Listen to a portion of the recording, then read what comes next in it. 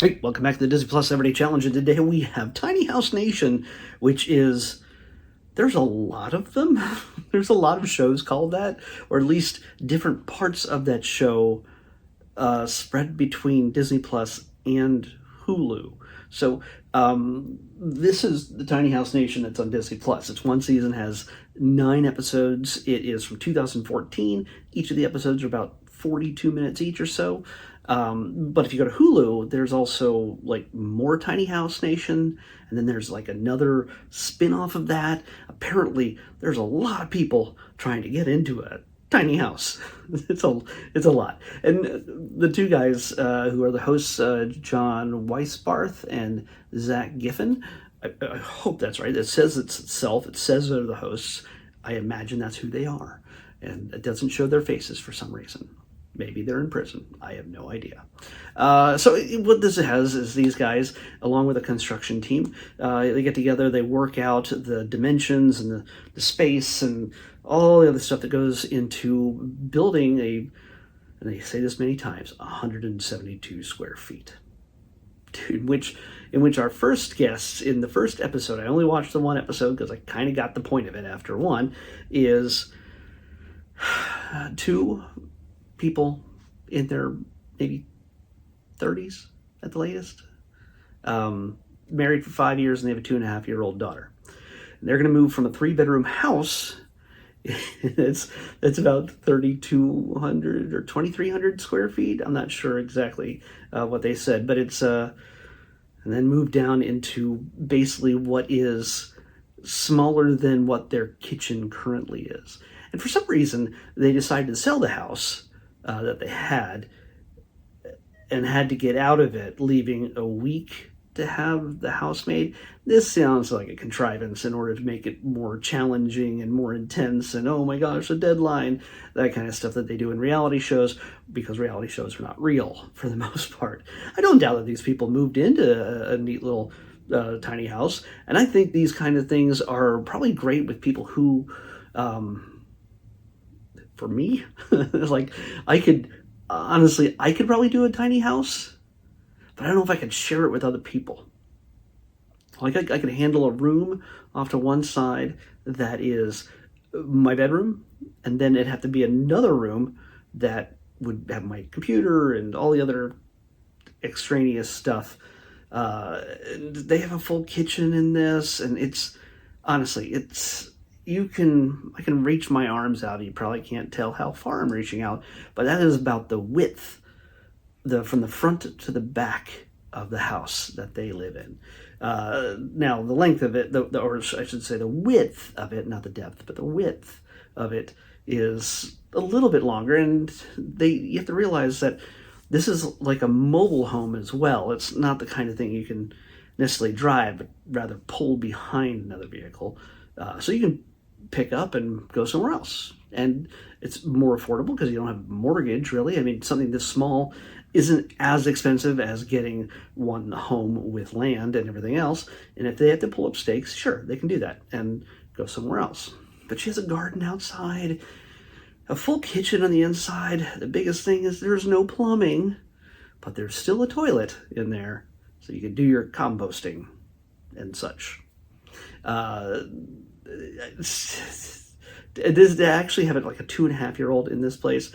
There's there's no escaping her. You can't make a whole lot of noise when it's nap time. She's an upper level play area where she can just play with her dolls and toys and other stuff like that, with a little bed underneath on the lower level with a ladder she can go up and down. And that is half the depth of the one side where there's a toilet and a shower and things like that. There's no tub for the little girl to take a bath in anymore.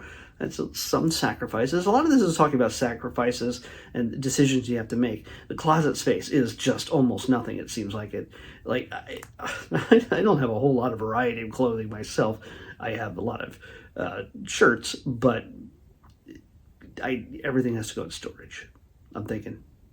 They had like bins.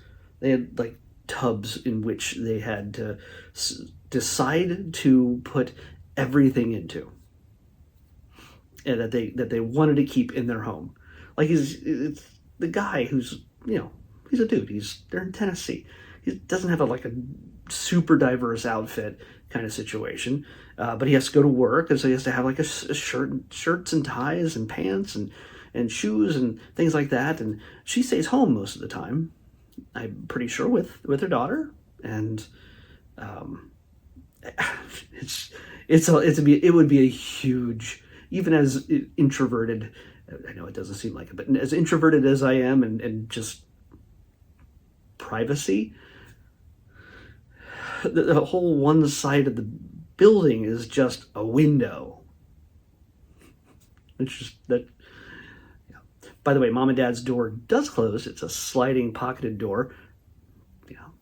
I was just thinking that this is the kind of house that is not going to last them more than 5 more years, because that daughter, who's 2.5, is going to be like 10 in no time at all.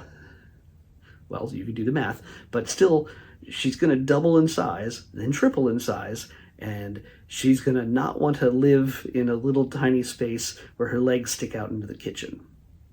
So how long will this last for them? I don't know. They did give some good advice. The couple that they interviewed, after, by the way, putting them through like some sort of psychological test. Like, the guys are like marriage counselors too, I guess, beyond constructing homes.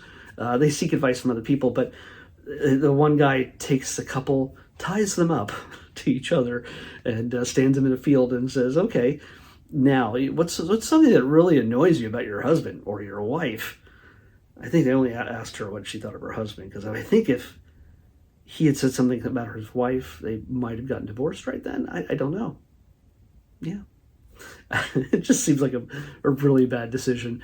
But the guy made the point that, you know what, if you ever get in a fight, a disagreement, whatever, you can't just go slamming doors and storming out necessarily to a different part of the house. The furthest you can get from each other is about 12 feet. That's it.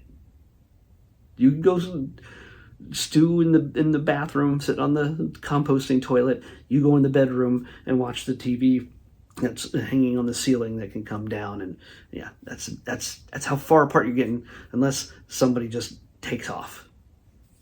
The baby starts screaming, or the toddler starts screaming, making a lot of noise.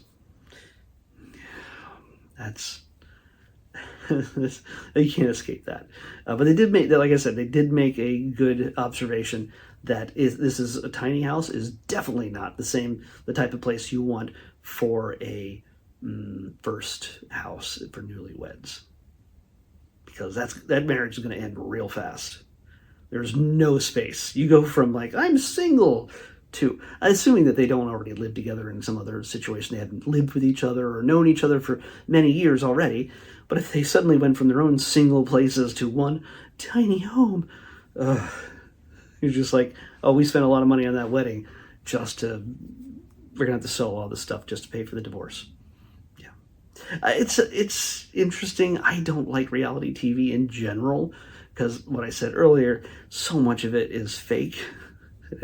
It creates problems in order to fill that 42 minutes, and then they dramatize it, build it up, cut to black where the commercial would go, then they come back and they re-show all the stuff they showed in the last 5 minutes before the commercial break, even though there's no commercial breaks in this. And then issue resolved. And it's just, to me, it's obnoxious.